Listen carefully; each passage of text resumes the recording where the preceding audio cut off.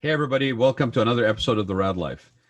Today, I wanted to bring on a friend of mine, a gentleman who owns an audio video business here in Southern California. He is also a fellow member of the American Society of Interior Design Orange County chapter, as I am. And he also serves on the board or in an advisory capacity as our audio video chairman of that committee.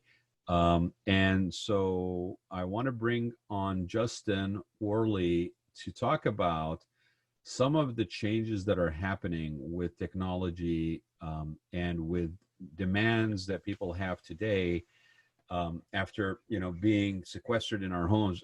Justin, how are you? Good to see you. I'm good. Thanks for having me on. My pleasure.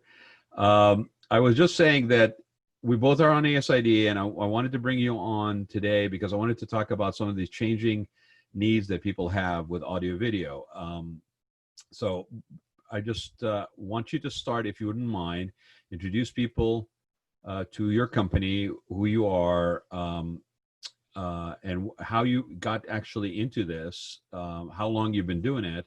And then I want to kind of kick into, usually we talk about trends and what's trending and what fixture is, whatever, but I want to have a little bit deeper conversation about people's changing needs, whether they are businesses or they're at home. I mean, the home thing, I don't think people ever thought they were going to spend as much time at home together in January as they ended up doing come July, right? I mean, Right. it's kind of a crazy reality that we're living in. Good and bad comes out of it, right? But so why don't you kick us off and start us off with who your company is? And I'm going to throw up the logo and the website behind me while you're doing Awesome. that so people can go check it out. And how long you've been doing this, Justin? Sure, sure. So my name is Justin Worley, and the company, as you see behind Raad there, is Audio Concepts. I've actually been doing audio, video, and actually what I've evolved to calling it is home technology. I've been doing this for 20 years. I have a large company in Arizona for the last 15 years that's kind of a self-sufficient company, and I kind of got a little bored and moved out here to California about a year and a half ago and purchased this company called Audio Concepts. This company's actually been around since before I was born. This company was started in 1979. And so I took over about a year ago. We did a full remodel in our showroom, specialize in a kind of the higher end home technology systems. And we service out of Long Beach and out of Newport Beach. So Right. we do a little bit of LA County and a little bit of Orange County. We partner with ASID in Orange County, and it's been kind of fun. It's for me. I've been getting to know California, getting to know a whole new market, and just kind of how things go out here, and still doing what I enjoy, which is helping clients learn about home technology. So how did you get into this? So you've been at it for 20 years. This is something you always knew you wanted to do? Is something you kind of fell into? I've always been a techie. I've always, growing up, I was the type of kid that took things apart to figure out how they worked and then put them back together. And most of the time they worked when I put them back together. And then, so right out of high school, I had a couple friends that were already into home technology. And at that time it was, more like just speakers throughout the house and stuff like Right. that. There wasn't even really Wi-Fi systems then. So I started actually working as an installer for a company, and did a lot of years out in the field where I was pulling wires through, homes that were being built, and just kind of moved pretty quickly from that part of it to being more interested in the design and how the systems go together. Yeah. So I started being more of a system designer, and then eventually out in Arizona, I opened up my own company where I did the system design and hired some really good guys to do the installation.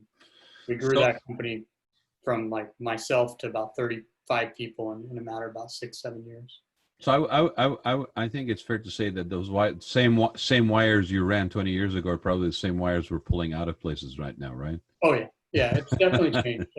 Yeah. But one thing's always been true, and especially now because I hear a lot of clients talk about everything being wireless. There's a Yeah. lot of really good wireless options, but I always still say put extra wires in because there's always a chance you might wish you ran an extra Cat 6 wire or fiber optic wire.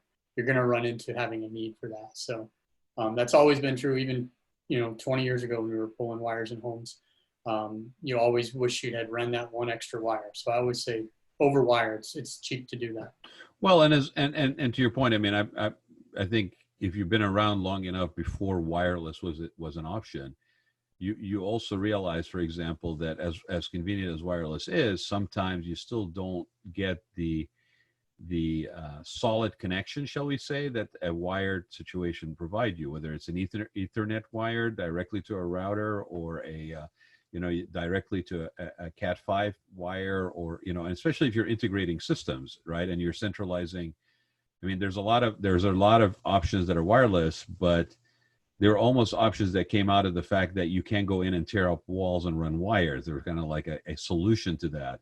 So Right. I totally get your point, because we fall into this thing. Oh, if it's wireless, it must be better, and it's sometimes not necessarily. And if we, as you and I were talking before earlier, was if you've got multiple users in the house, that wireless signal becomes again an issue. It's like if you're one of those people that is not really getting your computer to work as fast as you wanted, you're probably looking for a wall jack somewhere to plug in an Ethernet or something, right? Yeah, or at least at minimum, exactly what you just said, but at minimum, the Wi-Fi network that you have is kind of the backbone of everything that is wireless. So if you Right. put a wireless camera up, or you do use a laptop that's wireless, or you stick a TV on the wall and you use wireless connection for Netflix, Right. all of those things connect to your Wi-Fi.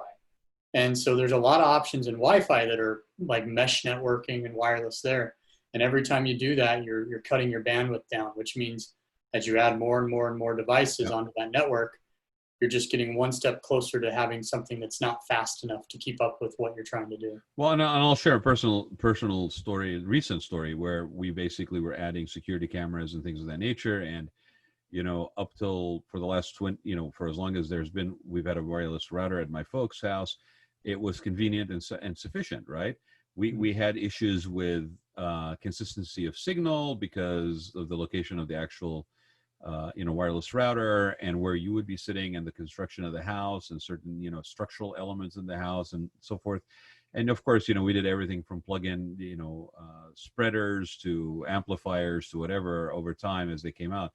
And so we still had to do that. However, we realized we needed to up the boost the bandwidth from the actual supplier, from the actual provider, Cox. And so I contacted them and did that. And it's interesting, because when we realized it the most is when we had almost 3 generations of people in the house for about a week. Yep. Okay. And there were some people visiting, and there was just not enough juice, literally, to run these things. And especially when you're used to having it on your cellular signal, which is really individualized send, you're like, why is this thing moving slow as molasses? And so we ended up, okay, well, we got to update the bandwidth. So we updated the bandwidth. And when I was doing that, the guy was nice enough to ask me, like, well, what are you planning to do? Are you planning to add anything else? And he explained to me exactly what you just said, that just because I may be going from, I don't know, 65 to 150, that's 3 times as fast of, a bandwidth, kind of, if you will, just simple math. But if you're then adding a Ring camera on there, every one of these is going to suck up a certain amount of bandwidth. And then all of a sudden you're looking at it and you go, okay, yeah, I upgraded 3 times as fast. I added 3 more items onto the network, and I'm back to the speed that I was before. Yeah. So I think the average home now, I believe it's getting up to over 100 connected devices to your Wi-Fi network. Well, and if you go to a smart home situation and you got wireless components to that, right? I mean, well, no, Alexa, turn off the light, turn on the light, like all of that stuff. So and you're paying for that. I mean, right now, I think, it's normal, the same as everything else, like with minutes on cellular, right? Eventually, the basic amount of allotted bandwidth will be as such that it reflects the reality out there, but you're still paying good money, to upgrade your bandwidth. So knowing what you need, and here's where it becomes critical in my mind. As your needs change in your home relevant to technology, as you start having to work out of the house more often, because you're now with a company that basically says, we just want you to come in 2 days a week, and the rest of the time you can work from home, right? And you're like, this is kind of great, because, at least at the beginning, this is kind of great because I get to be around my family. And then about 5 months into it, you're like, oh my God, I have no separation between my personal life and my work life, right? So now I need a space in my home to be allocated for that function, and where I could literally go in and close the door, and for those whatever time I'm on the clock, I'm there, right? Not a lot of people have that option. So, you know, you need to know what your needs are, rather than when you're in the middle of that conference call with a client, you got two kids basically that jump onto the same network, and now you're basically dragging on your feed, or it's intermittent, and it's a critical call, whatever it is. You kind of, our needs for technology at home have changed, I think, from, oh, it's nice, to it's a must have. Absolutely. Absolutely. I mean, the Wi-Fi system and your connection to the internet is every bit as important, and just especially since the COVID and everybody's been working from home. But it started a few years ago, where it's absolutely every bit as important as your running water and your electricity. Right. You just don't have a home that has it. The only downside I see is there's a lot more standardization in the electricity and in the plumbing, and making sure those systems go in your house a certain way to a certain Right. code. Right. Where with the Wi-Fi and the network, there's a million devices, and some of them are great and some of them are awful. And you kind of like jump online and maybe try to do a review about one, and you try it out and you realize that didn't work. I can't do a Zoom conference to save my life.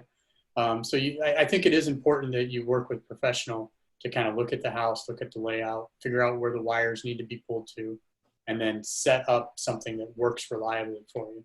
Well, Justin, is there actually? I mean, I'm just thinking about it from my side of the fence here, like in terms of construction. Like, you got electrical requirements, a certain minimums that has to pass not only certain approvals by the city when let's say you're doing a remodel, but you also have to pass inspection on site, right? Mm-hmm. So electrical has that. Water has that. Some of these services that you're talking about has that. HVAC, air conditioning, has that. Heating has that. Do we actually have any guidelines of that nature that have to be met relevant to home technology?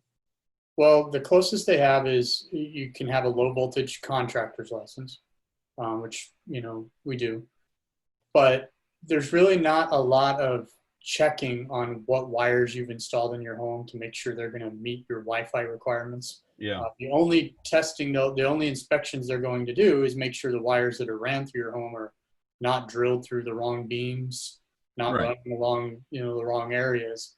There's no way is anybody ever looking at your home saying, this home is wired right, and when you get done and you call up your service provider, you're going to have good internet signal. Nobody ever looks at that during any phase, unless you bring in a professional company to help design that. And yet, just to project, it could very well be that that's the path we're on. That at some point there's going to be a minimum requirement that is almost like a right to have. Like, I have the right to running water. I have the right to actually hitting a switch and turning on my light bulb. It's interesting. I never really thought about it until we're talking here, but it could very well be that we find ourselves in a situation where you will have a licensed home automation field that will actually require a submittal of set of drawings, a pulling of permit, and running all that stuff just like before. I mean, I get it where it's not really going to be scrutinized in the case of whatchamacallit, like remodels or retrofitting. Mm-hmm. But in case of new construction, and I would be surprised if we looked at commercial situations and some of that stuff was actually not already in place. It may just not be applying to residential. When you get on the commercial side, what you are going to see in place is a lot more relevant to security. Makes sense. Every commercial setting is a little different on what they may need, as far as Wi-Fi access and internet network access. Well, it's kind of almost like an alarm system, right? There has to be some yeah. minimums, and it has to be connected correctly and all that stuff. I Yeah, get it. There are definitely requirements to have an alarm agent's license, which is also part of what we're talking about. Right. But again, there's really very little checking up on it. Like if I'm working on a new project around the corner and that home's being built ground up, there's not going to be anybody show up and say, you didn't run the right alarm wire, you're not set up.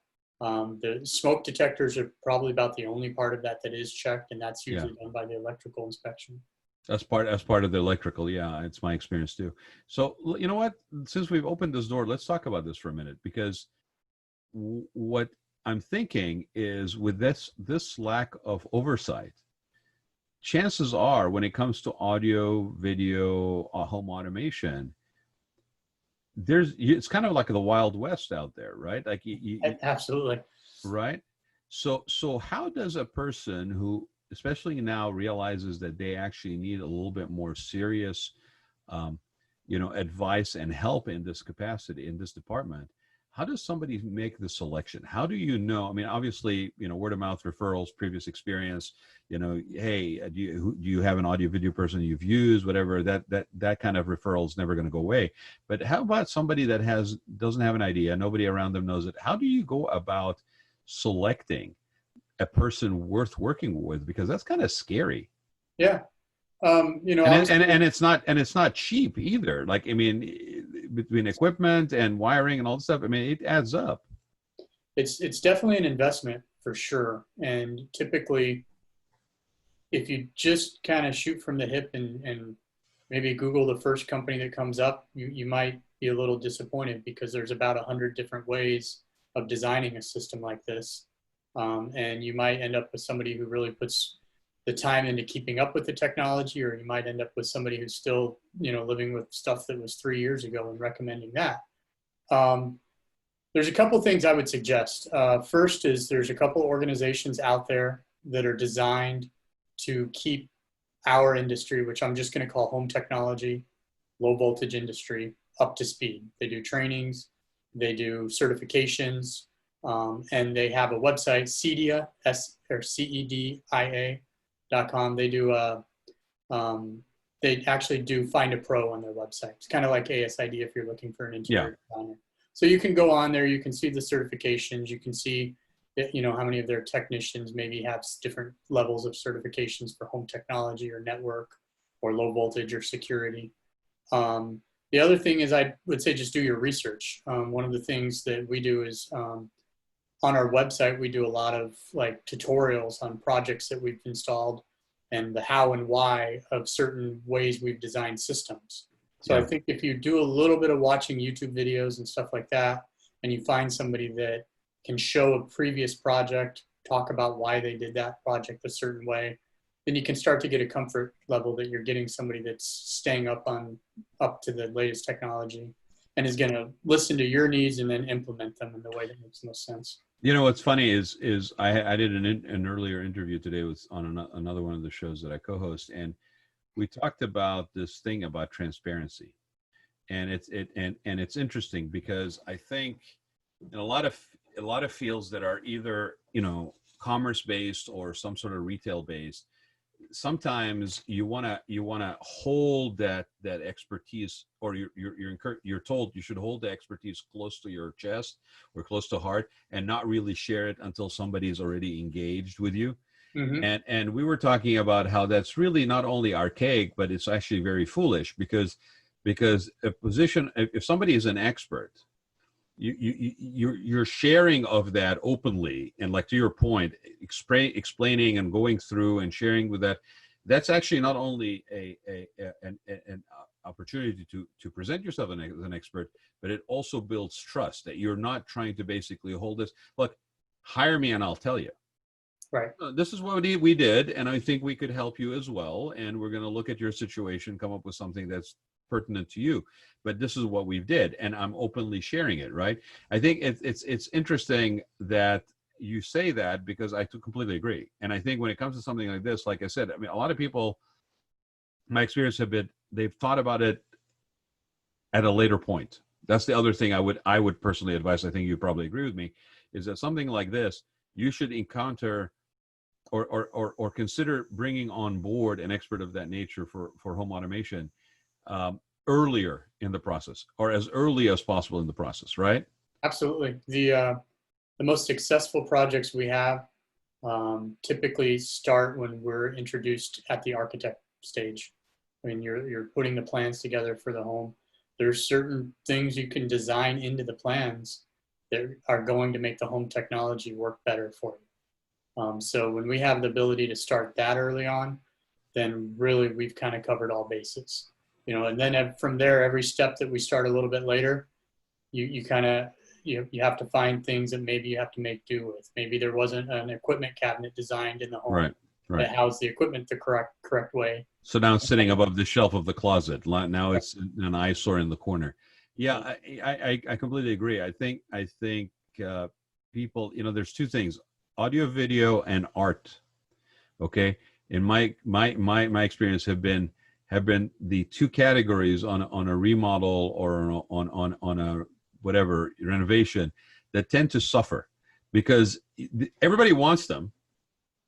But then you get sucked into it's the structural and it's the this and it's the materials and it's that, which is not important. It's very foundational. However, those two items end up suffering, and they basically, it's like, okay, let's see what we have left in the budget at the very end, and now you're trying to basically do it. Well, with art, you could get away with that a little bit more because it's surface mounted.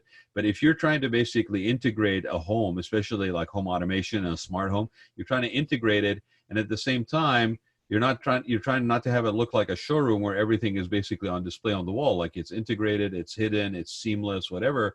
I think, in fact, like we were just talking about, you may actually have an impact on the needs or the ultimate needs of what the system is supposed to do for that client.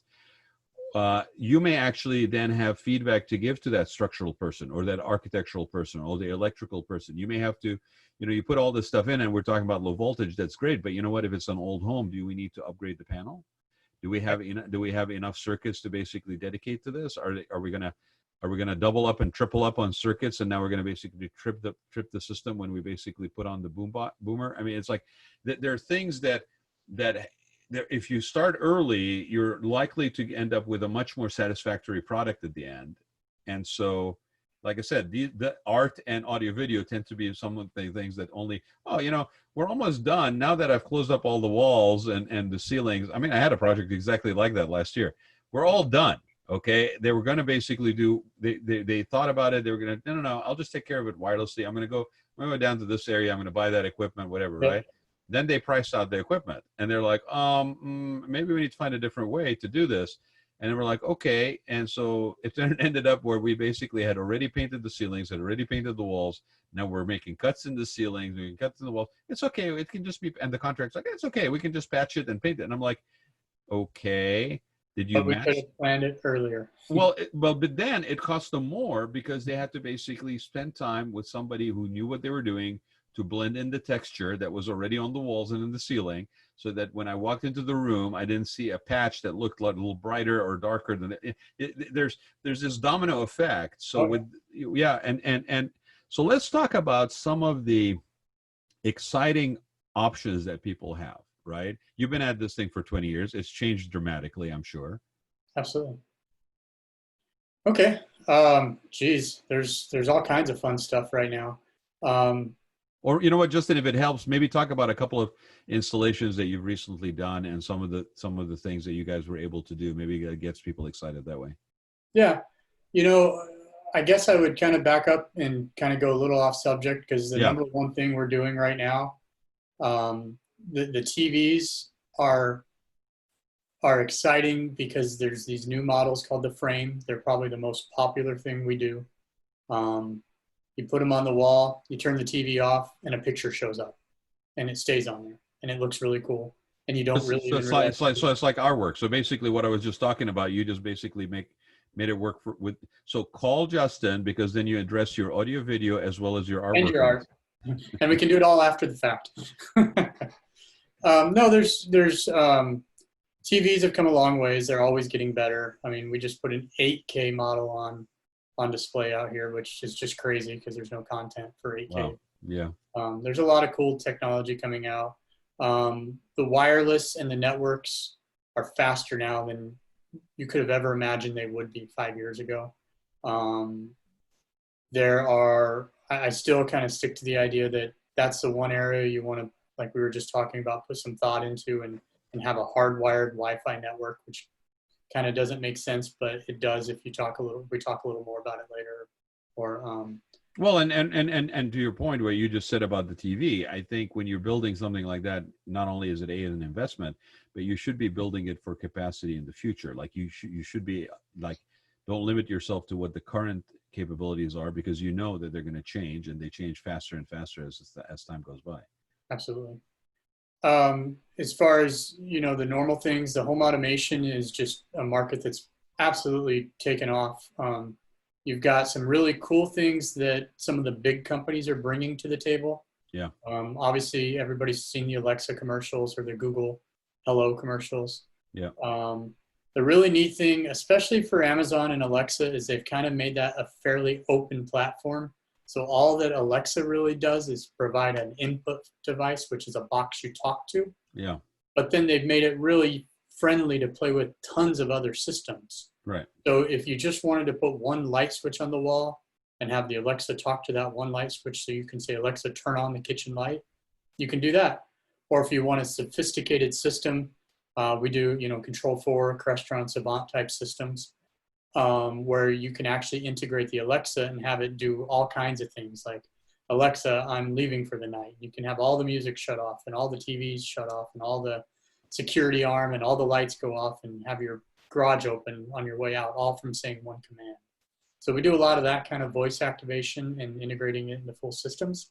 And now we're starting to see clients that are at home a whole lot more, or Sure. basically never leaving their home. So now we're starting to see clients that are really understanding what they want their home to actually do. Because if, this time last year we did these cool systems, but clients were always on the go. They weren't, Right. Maybe they had a few nights a week they'd stay home and then they'd be on a trip or they'd go somewhere for the weekend. Now we've got clients that are actually really fine tuning their system so that it actually does. I've got a video on our website where a client set up the Alexa and the Control4 system for the wake up call in the morning. So it wakes the whole family up. And then there's a notification that tells the kids what time school's supposed to start. So, 8 a.m. they say, all right, all the kids get into the living room, and it says it through all the speakers throughout the house. So there's a lot of really cool things that these automation systems do for clients that are actually in their home 24 hours a day now. Well, and they're the time that they're spending in their homes.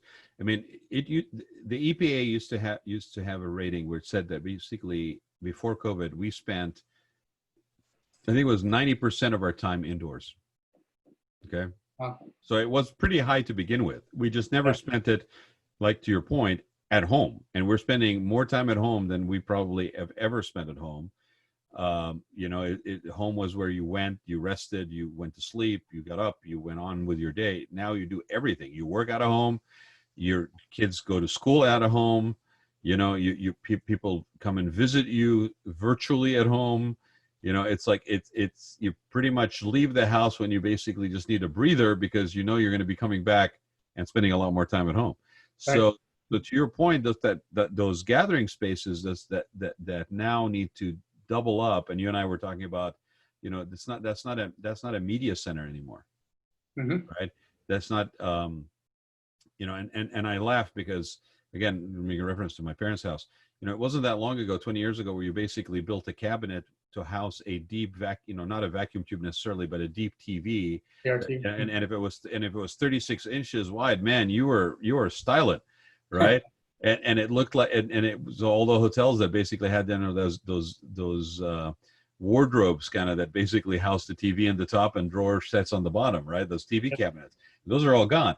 So it gets thinner, it gets faster, it gets but that's not a media center anymore. That's not a media cabinet anymore. That's a classroom. That's a boardroom meeting, if you don't have a separate office space. Yeah. It seems like just almost overnight, when I used to do a walkthrough with a client and try to help them design maybe a family room, great room that was surround sound. And, the question was always, do you use Netflix? Do you still have a Blu-ray or DVDs that you want to use? And overnight, the question's now, obviously you're going to watch Netflix. Obviously you're going to watch sports, but are your kids going to be, taking a music lesson in front of this TV? Do you have what are you going to do if you have multiple kids basically taking class during the day?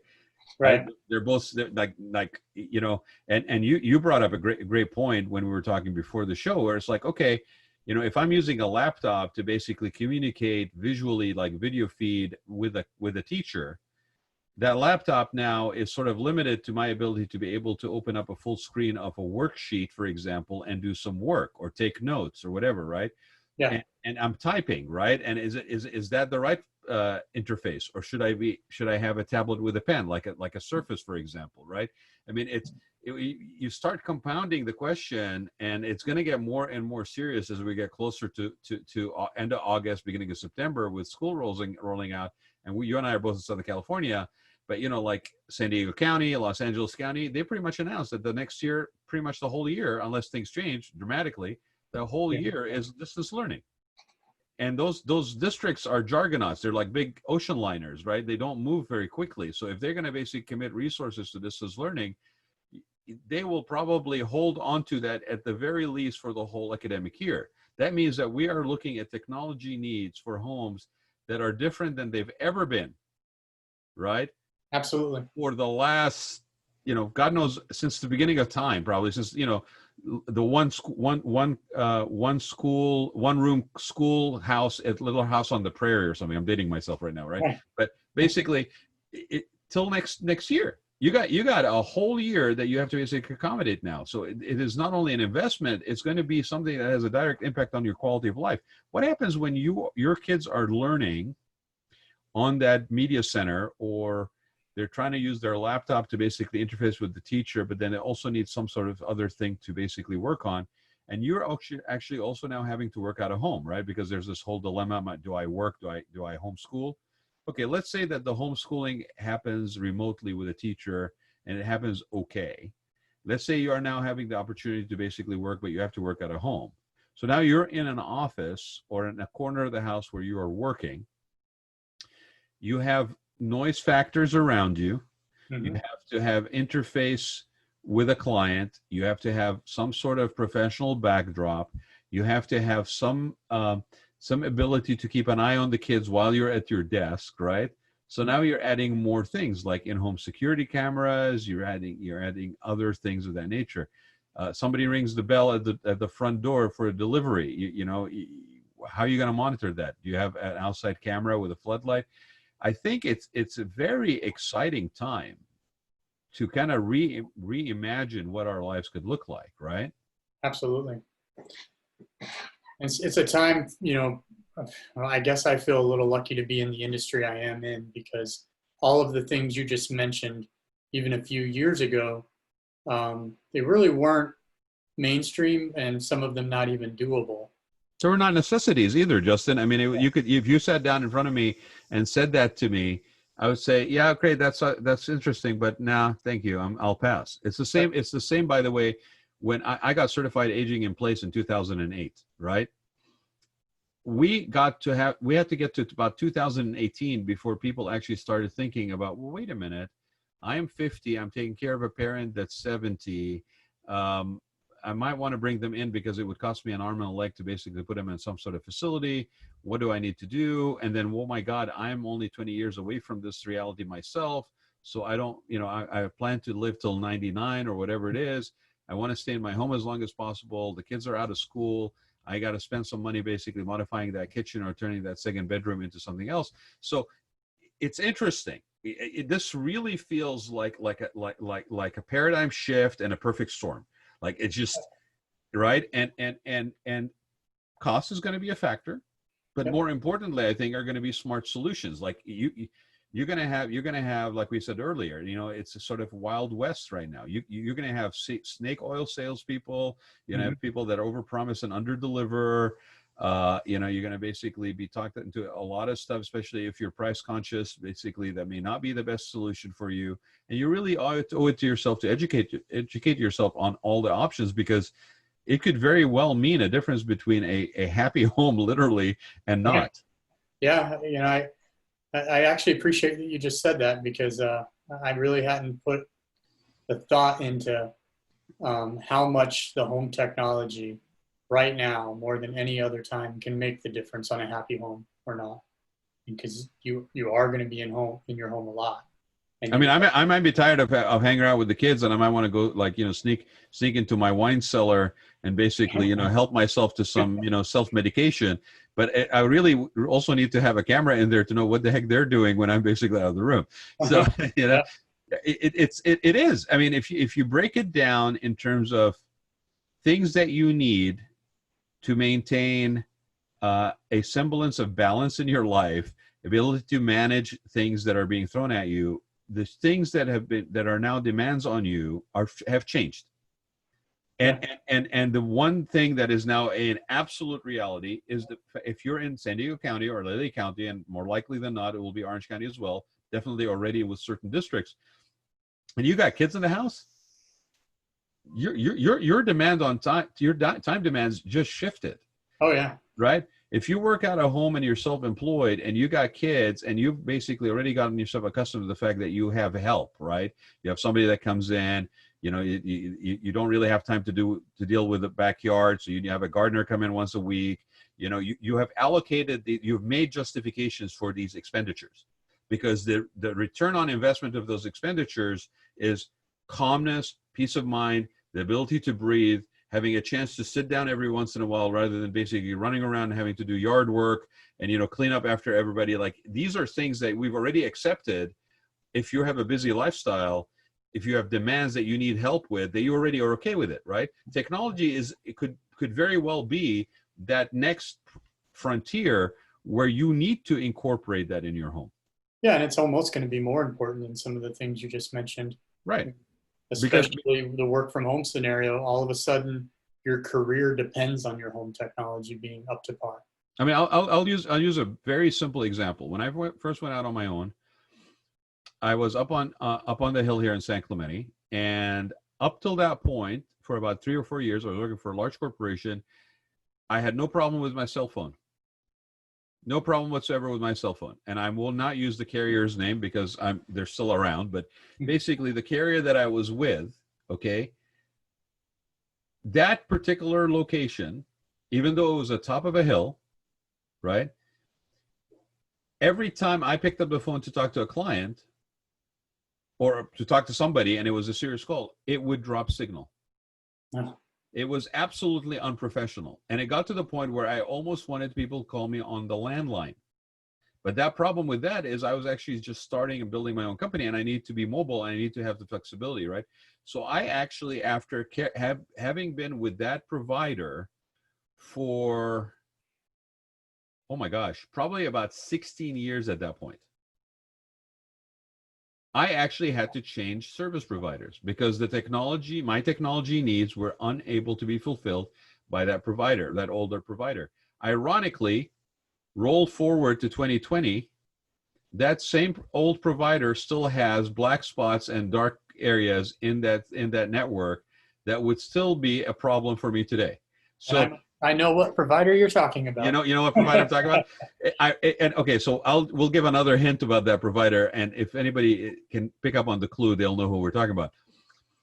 I used to commute from South Orange County to Costa Mesa, Newport Beach area, right off like 73 and Bison, and I used to take the 73, mm-hmm. right?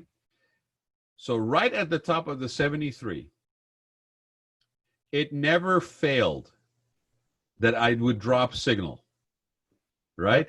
And one time I literally picked up my phone while I shouldn't have been doing it when I was driving, but the codes were not there yet. The rules were not there yet. It was early on. So I picked up my phone and I'm like, I don't know why I'm trying to do this. Like I'm trying to move my arm around to pick up the signal or something, right? And I look at my phone and I still no signal, no bars. And I look right across the phone. And on the side of the street, there's a sign that says, this part of the freeway is maintained by that cell phone provider. Oh man! Right? I mean, I wish I had a camera on my phone that I could take a picture of at that point and send it to Jay Leno. That's how old this story goes, right? Because it was perfect. It's like you are maintaining a part of the road that you don't even have signal on. Like, how does your crew communicate? Or is this like the sweet spot where everybody wants to go because you can't reach them from the company? Right. Yeah. So technology is an interesting thing. It's a cool little add-on. It's a cool luxury item until it becomes a necessity. And I think we are entering a time right now where home automation is no longer, oh, it's a nice to have. It's a braggability thing. Look what I can do. Alexa, turn on the light. Oh, look, like stuff like that. Alexa's already lighting up over here because I mentioned her, right? Uh-huh. So that's the other thing. How am I going to shut down Alexa? Every time I mention something that sounds like Alexa, Alexa reacts, right? Yeah. So technology right now is actually shifting, I think, in a big way, right? And whether it's offices, which was already kind of starting, right, or homes for sure. And it's this thing. It's no longer a luxury thing that it'd be nice to have. I think it now has become in the maybe the smallest way and growing an absolute necessity. Do you agree? Absolutely. I think it's interesting because it was very close to being a necessity a few years ago, and if it needed a little push, then the stay-at-home orders with the COVID was a push that got it well over the hump. Well, And and I think a lot of these conversations for people that are not basically just hunkered down and have kind of sort of a bunker mentality right now is I think there's an agreement, there's a consensus that COVID may have not necessarily made things happen, but or come around about, but what it did is it accelerated a lot of stuff. mm-hmm. It accelerated our ability to basically work remotely. I mean, I've been working remotely for 20 plus years, right? Like you got two locations, you're working remotely. Everybody who's basically been, self-employed entrepreneur, whatever, you've worked from home, you already were used to that. And yet, but that was not the majority of people. And isn't it fascinating just how quickly people adapted to that side of it? Yeah, Like, it's a like little that.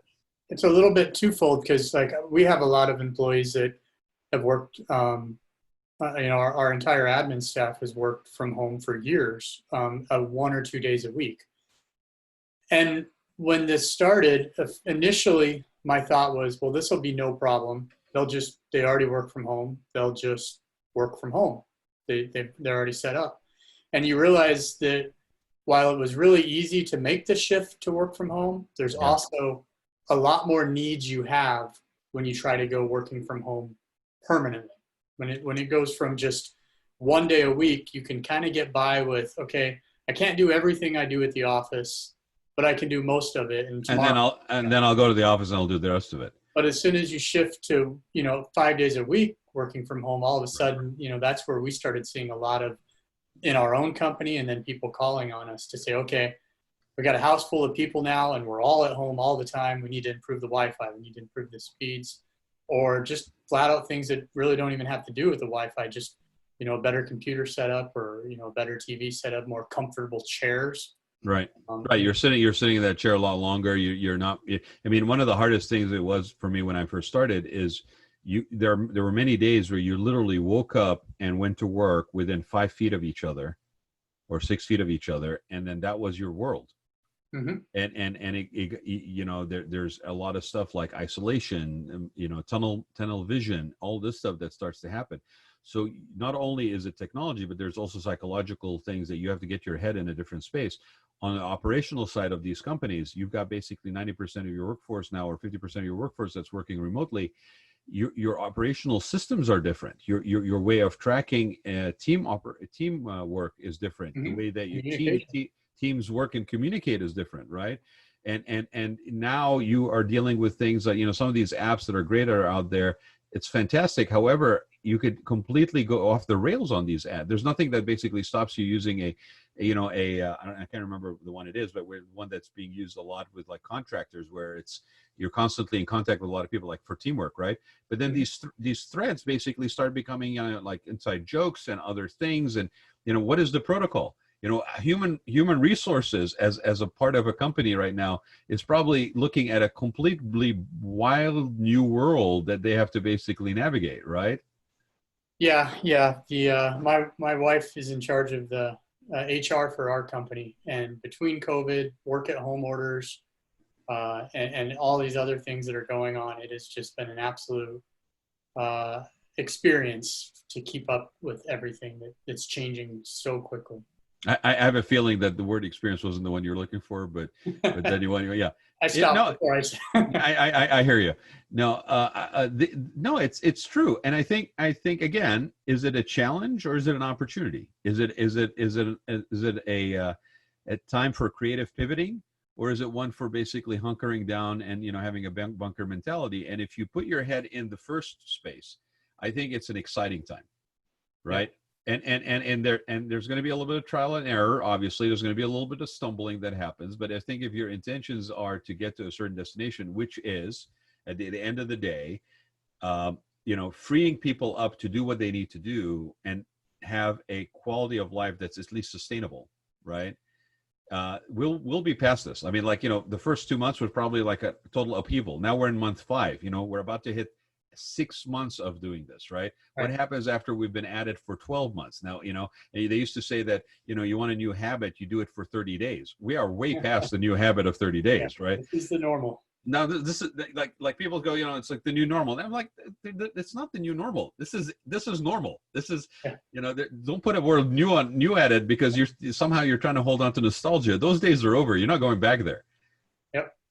So I agree completely. I appreciate you taking the time, Justin. I think it's a very interesting conversation. I think we've just scratched the surface. So you and I think, are going to have a lot more conversation about this. And anybody who is interested, please reach out to Justin, Audio Concepts. Their showroom is in Long Beach. It's kind of almost like on the border of Long Beach and Seal Beach, kind of in that area, right? You're actually just down the street from Seguin and PCH, which is a new shopping center that's opened. If at some point you'll be able to get out there and actually enjoy the shopping center again. Right.